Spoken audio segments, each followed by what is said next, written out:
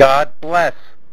This is NFL Moneyball, brought to you by NFL ESP, or Extended Strategic Principles, found on the web at NFL-ESP.com. I am your host, Mark Anthony DeBello. You can find more information on me by going to my personal website, markanthonydebello.com. And then for more information again on this program, you can click on the Sports tab. This podcast is going to last 1/2 hour. Today is Monday, September the 21st. It's about an hour before the game time for the Monday Night Football game. I am going to basically break down this program into 3 segments. The first will be covering the games from an NFL ESP or Extended Strategic Principles perspective, which is very unique. Second section will be how that relates to information coming out of Nevada and for those who invest in games. And then the third section is going to be a little bit on fantasy football, which I promised last week I'd be a little bit more extensive about describing and some insights there. So again, the main purpose is to have a voice that's more widely heard. I just got off the phone actually with a radio network, and it just really digs at me the way that they'll mock and be incorrect, and they're making or getting paid to broadcast, unjust, false truths or falsehoods, I should say. And here I am trying to justly focus on the truth of the NFL from the perspective of the 3 Ps that we concentrate on, which is prophecy, prediction, and production. Because this is week 3 in the NFL and it's a little bit early, Monday, I may do a little bit more studying during the week, but I want to get back to basics because we basically, as you'll see at in the blog, and you can go to NFL-ESP.com to click on there. There's 6 phases we do of study or research, and it's coaching changes, free agency scheduling, the draft, preseason, and then tape review of the first 2 NFL games. I would rather do tape review of the first 3 games, but what I don't want to do is what everybody else does, which is basically make their prophetic predictions, every week up until the final game. That's not being prophetic, and that's not being predictive, and it's not going to actually help you be productive. It's more or less playing Monday morning quarterback. So our goal, and when I say our, God and I, is to try to be 91% accurate by the time we post the final season projections. And while I normally would, supply team reports pre and post game and then in game to a team, we didn't really latch on with a team this year. Did have a couple interviews with the Vikings and Jets and Ravens. Sadly, none of those interviews worked out, and I don't believe those teams are going to be, I know they're not going to be as productive as they could be, to the tune of 10 to 15% or 2 to 3 extra wins. So I'm also going to try to speak a little bit more slowly. I try to cram a lot of information into this half hour, so sometimes I stutter a little bit when I speak. Again, this isn't a highly professional broadcast. If it were, I'd concentrate more on it. I do have a communications degree from the U, where I also happen to be blessed to play some ball. And have, like I said, consulted and worked supplying this program and this service to head coaches in the NFL, and particularly Coach Tressman, the offensive coordinator now with the Ravens. And one of the big revolutions we developed, and they did last year with the Bears, but it didn't use me for some reason, although it was my innovation, was that of a third coordinator in the booth, a GMC or game management coordinator, to relay this NFL ESP data, but they basically got another kid to relay the older, antiquated, incorrect analytical data. I don't want to discredit it totally. There is some value to it, but I've had that information for 15 years and have been doing this for 45 years. And again, using unique perspectives that NFL ESP revolves around, which are the spiritual, the motivational, X's and O's, which is typically play design, but especially our use of the strategic, which is our use of the unique power rankings, and then the differentials, which we call the power spread. And if you are into investing in games, Las Vegas gets their numbers from a formula that I exclusively know. There's basically 10 guys in Las Vegas, 9 of them work for Las Vegas, who know this formula. I'm the 10th who does and has never worked for Las Vegas. So having said that, the information I supply, I'm going to be a little bit more NFL ESP oriented as we get to the first 5-minute mark here. And go over a little bit more of the season, because this will be our last broadcast on the season, and then some of the games from last week before at about the halfway point, or maybe 20 minutes in, going over the games coming up this week from a Nevada perspective, and then finally a fantasy perspective. So going over the season, and you'll see more refined notes if you go to the blog, but I'm just going to make some general notes to myself here before I actually type them in. And again, you can find all this information at nfl-esp.com. And again, I'm your host, Mark Anthony DeBello, and blessed to bring this to you. So we're starting in the AFC because I definitely believe they are 4 points power ranked better than the NFC. And I would take the top maybe 5 teams in the AFC before I would take any of the top 2 in the NFC. We're looking at the East. Buffalo, we do still rank highly. Coach Ryan, who we respect, was a little bit verbose probably and really threw the gauntlet out to New England. New England I got to give some credit for, even though they're minus Revis and Wilfork, who I thought were the 2 best players on their defense last year, which propelled them to the Super Bowl, which was our prediction, that they'd be in it in a 50-50 game against Seattle. Losing them has cost the defense, but the offense hasn't lost a step, and Shirley Brady being reinstated is a big difference there. But I still think, believe it or not, at some point somebody's got to upend New England to win the division. Now, I think Buffalo is that team. I know it's not Miami or the Jets now. I always knew it wasn't the Jets, but Miami's performed weaker in the first couple weeks than I thought they would. So I've had to downgrade them a little bit. So again, it'll be Buffalo, New England, and I think they're both playoff teams. If they swap for the division, then so be it. But I want to be a little bit of a risk taker here and put Buffalo on top. In the AFC North, Baltimore, I'm really disappointed in, although they did have 2 games on the West Coast. Their offense, their wide receivers are lacking. I do have faith in Coach Trestman as an offensive coordinator, not as much as I have in the past. They are a good, godly Christian team. So, again, they didn't take us on, and that's going to cost them a couple wins, but I have to downgrade them a little bit.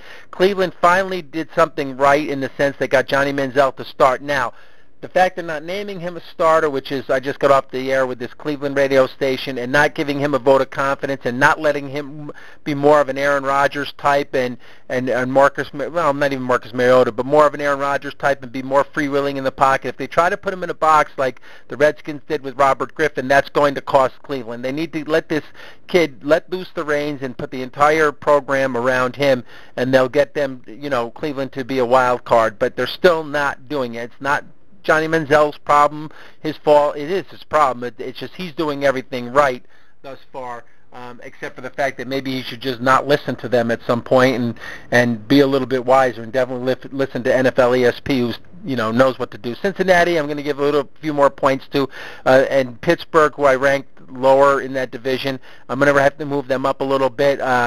Especially Pittsburgh, who's got a good offense but a really weak pass defense, so you got to watch out for that. You can't win without a defense in the NFL, typically in the postseason. Cincinnati, I still think is a little overrated, so we'll take a look at them and readjust. In the AFC South, we've got Indy on top. They're going to play this Monday night game against the Jets. I don't think that they're going to cover the power spread, but I do believe they'll win. Can't see them losing to the Jets at all. Tennessee actually played a lot better against Cleveland than people thought last week, although we did like, Cleveland and think those will be the 2 next superstar quarterbacks, Mariota and Manziel. But I still think Tennessee's got a real good chance to actually sneak in there for a wild card. Houston had every opportunity to beat Carolina. Coach O'Brien, who I never, now after watching Hard Knocks with his foul language, is not a big fan of, and made a horrific and atrocious.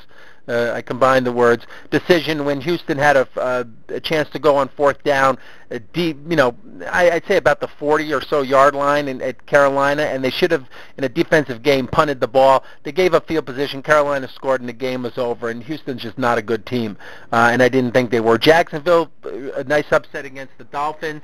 From an ESP perspective, they need to be more aggressive with Jacksonville. You're building the program, but you can't play status quo. You know you're not the best team in that division. So, and again, this is part of the ESP model of being productive, Jacksonville. They never took us on. I have a bigger plan and picture in mind for Jacksonville. It even relates to Los Angeles, the franchise which God wants to have out there, called the Archangels. You can find more information on that on my personal website, markanthonydebello.com, and just click on the Archangel. But again, when you're a team like Jacksonville, you need to be more aggressive, is a word we use a lot. Well, anyway, let's get to the AFC West. Denver, we figured a close game against Kansas City. They won because of turnovers, obviously. That Kansas City and Denver are almost probably power rated the same. You got to give Denver the credit, though, and the lead on that. They are a little bit higher than Kansas City. I think San Diego, as we noted, is still a notch below KC. They could have done a little bit better at Cincinnati. And Oakland has improved some. A big upset against Baltimore. I wouldn't have expected that. Knew they were live in the number, in the power spread sense for those who invest. When you see a 6 or 6.5 point, I've noted this many times, you want to lean toward the underdog, and in fact 99% of the wagering public was invested. Well, they wager in BET. We don't, espouse that.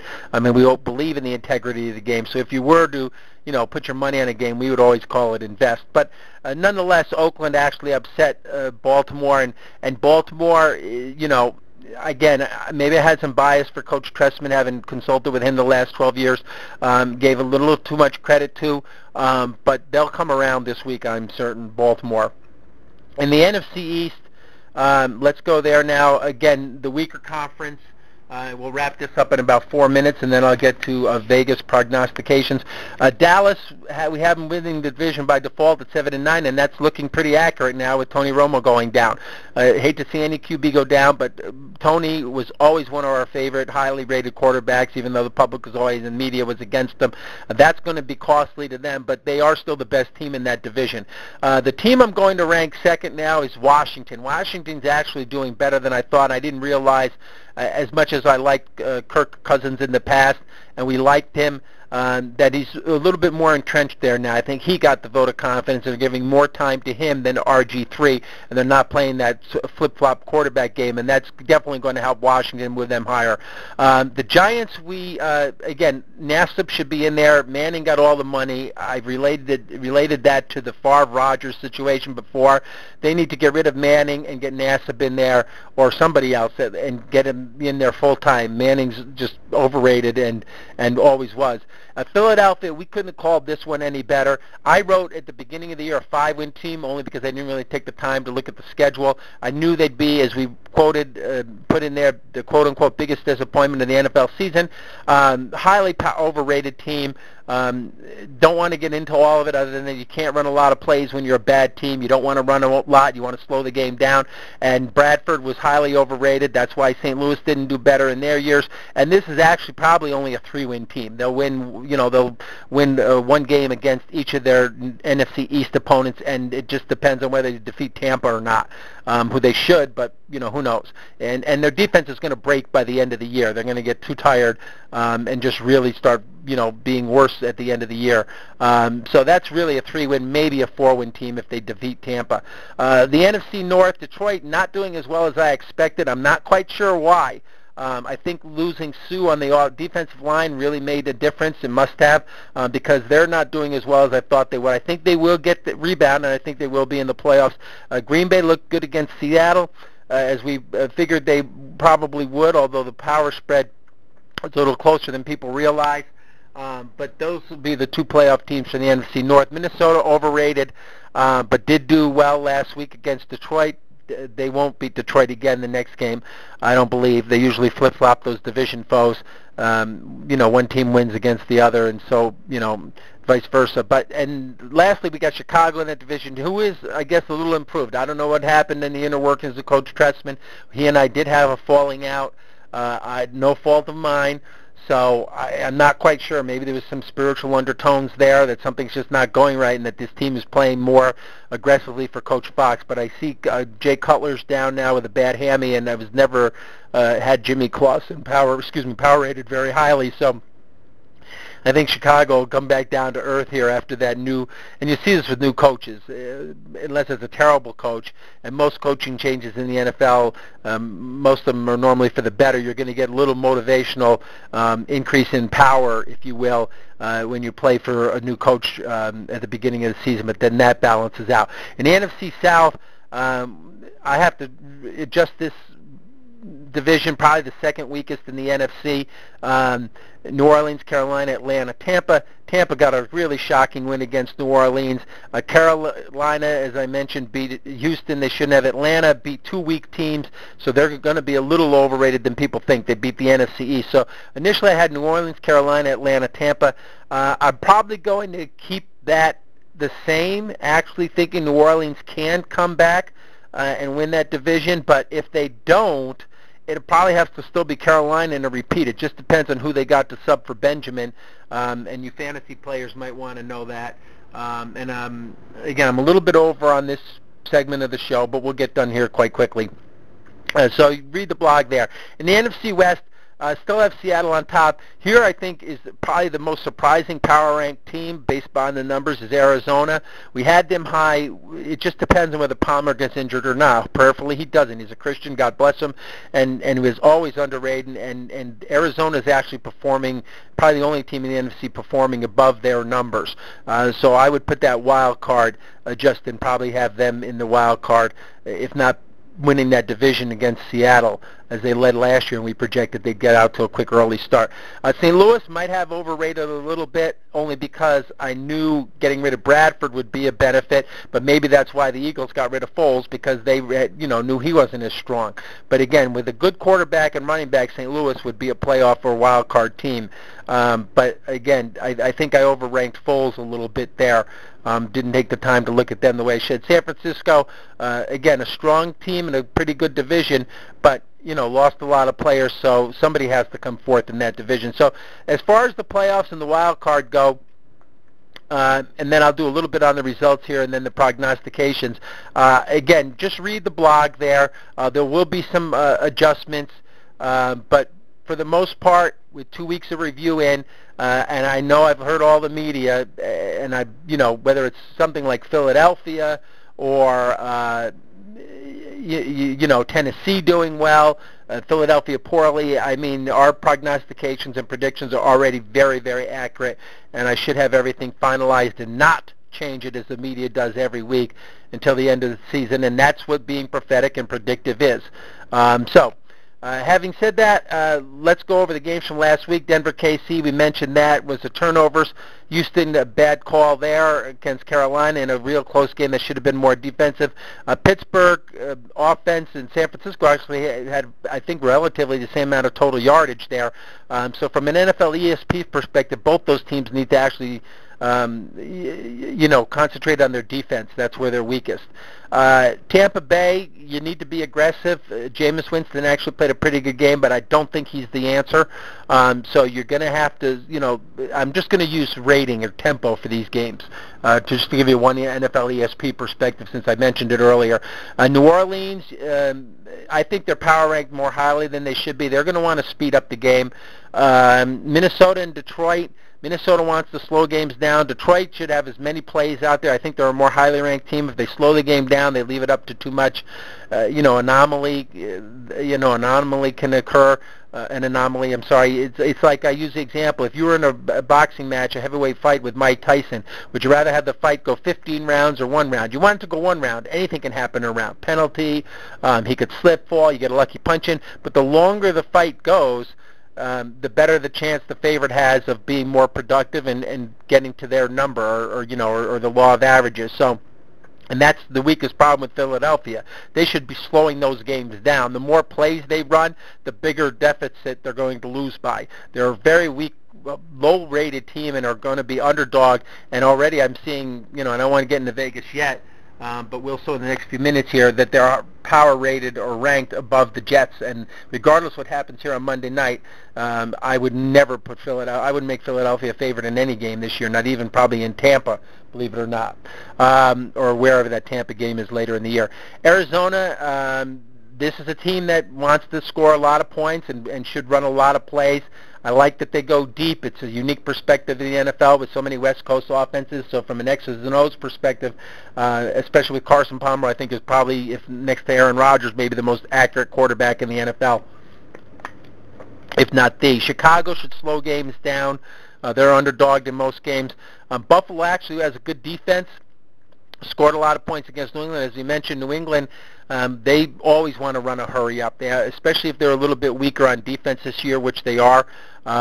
But as you know, basically to be a favorite in most, or if not all, of their games, they want to speed the game up. As an underdog, you want to slow the game down. Buffalo, I actually think, is a pretty high-ranked, more highly ranked, power-rated team. So even though they have a good defense, you want to speed the game up. Although I did meet with Jim Kelly, just to make a note, 3 weeks ago, my former college quarterback, and actually gave him, and actually Coach Parcells, who I just met with a big meeting in Saratoga, New York, who rejected the ESP program, says he wants no part of football anymore. But I mentioned to Coach Parcells and showed to him, as I did to Jim Kelly, I don't know, I saw Coach Parcells read some of the data, that Buffalo, the reason they lost those 4 Super Bowls is because they're actually the underdog in all 4 of those games, at least from our Power Spread data, and they needed to slow the game down. They were one of the, first teams to have the innovation or the revolution of running a fast-paced offense. And that's great until you get into a game where the underdog, and they actually had a good defense, Bruce Smith and some other guys on defense, but they really needed to slow the games down, and they did not. They would have at least won one of those Super Bowls, and I think it would have been the one against the Giants and Coach Parcells. From the data, I don't have it in front of me. So again, two meetings with them, trying to get both Jim Kelly and Bill Parcells involved, and haven't really heard back from either of them, and don't know that I will. So regrettably, that's going to cost Buffalo this season. And they should be spokesmen for those teams. So San Diego, Cincinnati, they'll probably be favored in most of their games. They don't necessarily need to slow games down. They both have powerful offenses, more powerful than the defense, but they're ranked really close, those teams, San Diego and Cincinnati, and I sort of have them in the level B category, the wild card area. Tennessee and Cleveland. Cleveland won this game as we projected. It could go either way with Manziel or Mariota. Again, Cleveland is really a stumbling block, the organization, as much as I respect Mr. Haslam and don't know much about Coach Patton.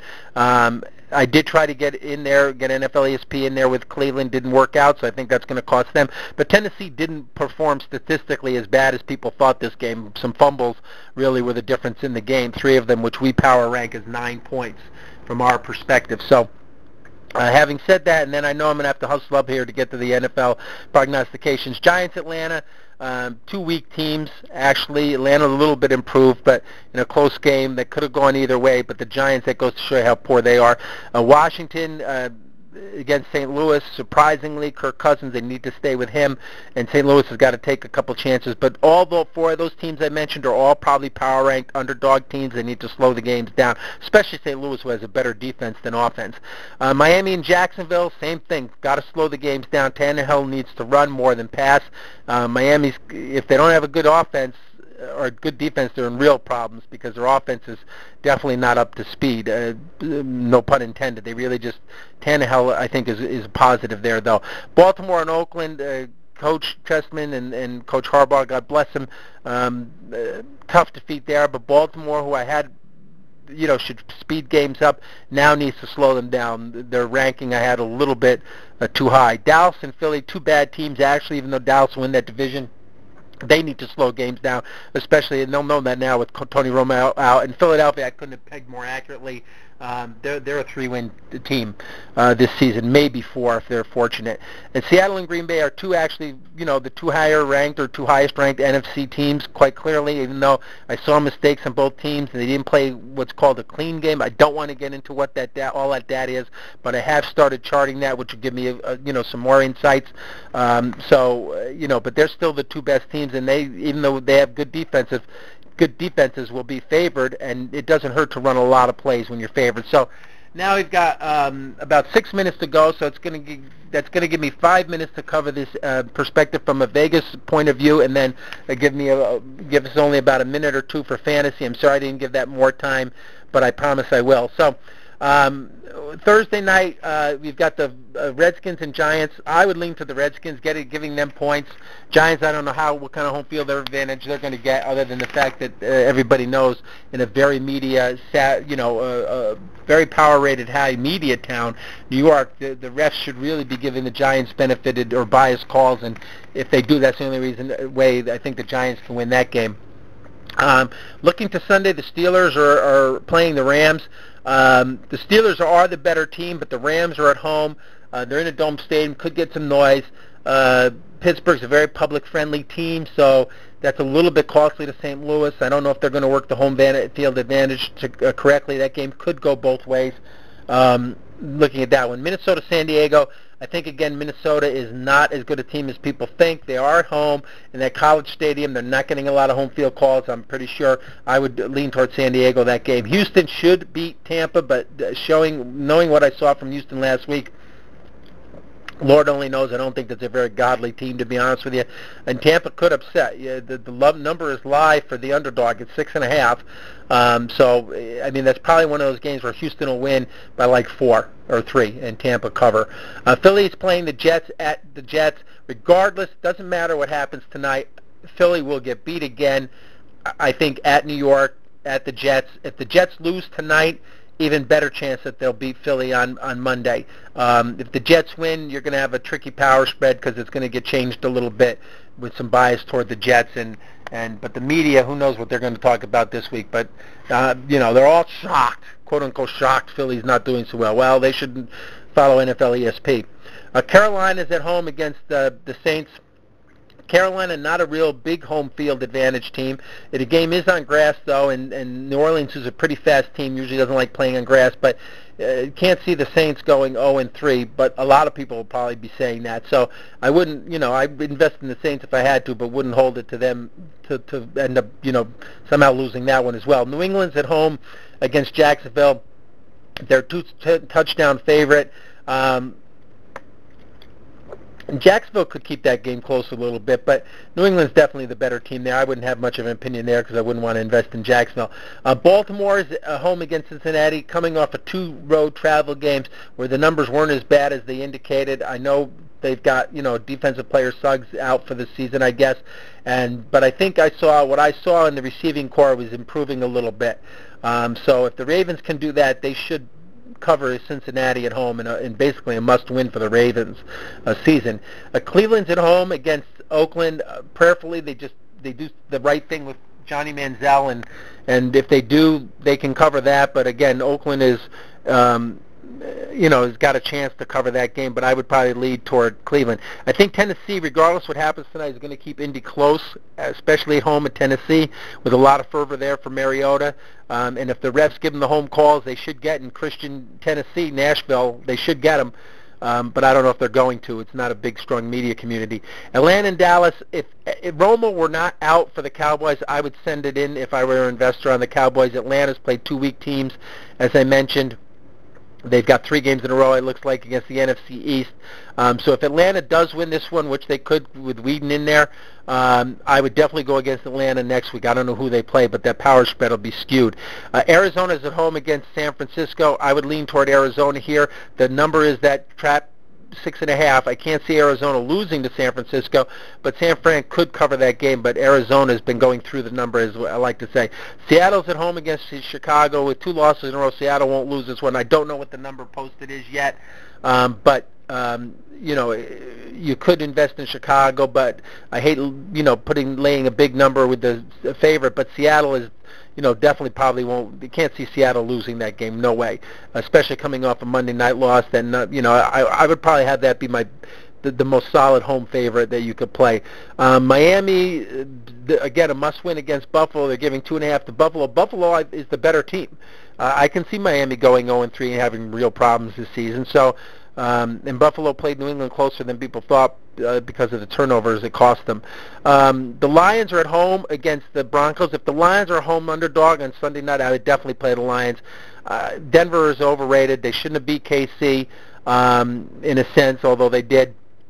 Detroit goes 0-3, they're going to have real problems there. So I think you're going to see Detroit be the surprise home underdog cover here. And I think Kansas City could actually, based on the same information I gave you there, crisscrossing those games, Kansas City could actually come up and beat Green Bay. So only got 30 seconds left. I know I didn't get to fantasy a lot other than to say this. We're blessed to score in the week 1 of fantasy, and I'm in the fantasy Super Bowl championship, or whatever that is, at the Cosmopolitan in Las Vegas in first week in December. So I'm going to focus on that a little bit, maybe throw some fantasy data in on the blog that helps bless people. But you really want to go against the public with fantasy in games. You want the better team who's going to cover the power spread in the game that goes over. So, I mean, that's sort of the basic information you want to use on fantasy. So, having said that, God bless those of you who listen. Help spread the word with this program. I'd love to have God's and my voice heard. And, again, we believe in the truth and believe in prediction, prophecy, and production. This has been NFL ESP, NFL Moneyball, brought to you by NFL ESP, found at NFL-ESP.com, and I'm your host, Mark Anthony DeBello. God bless you.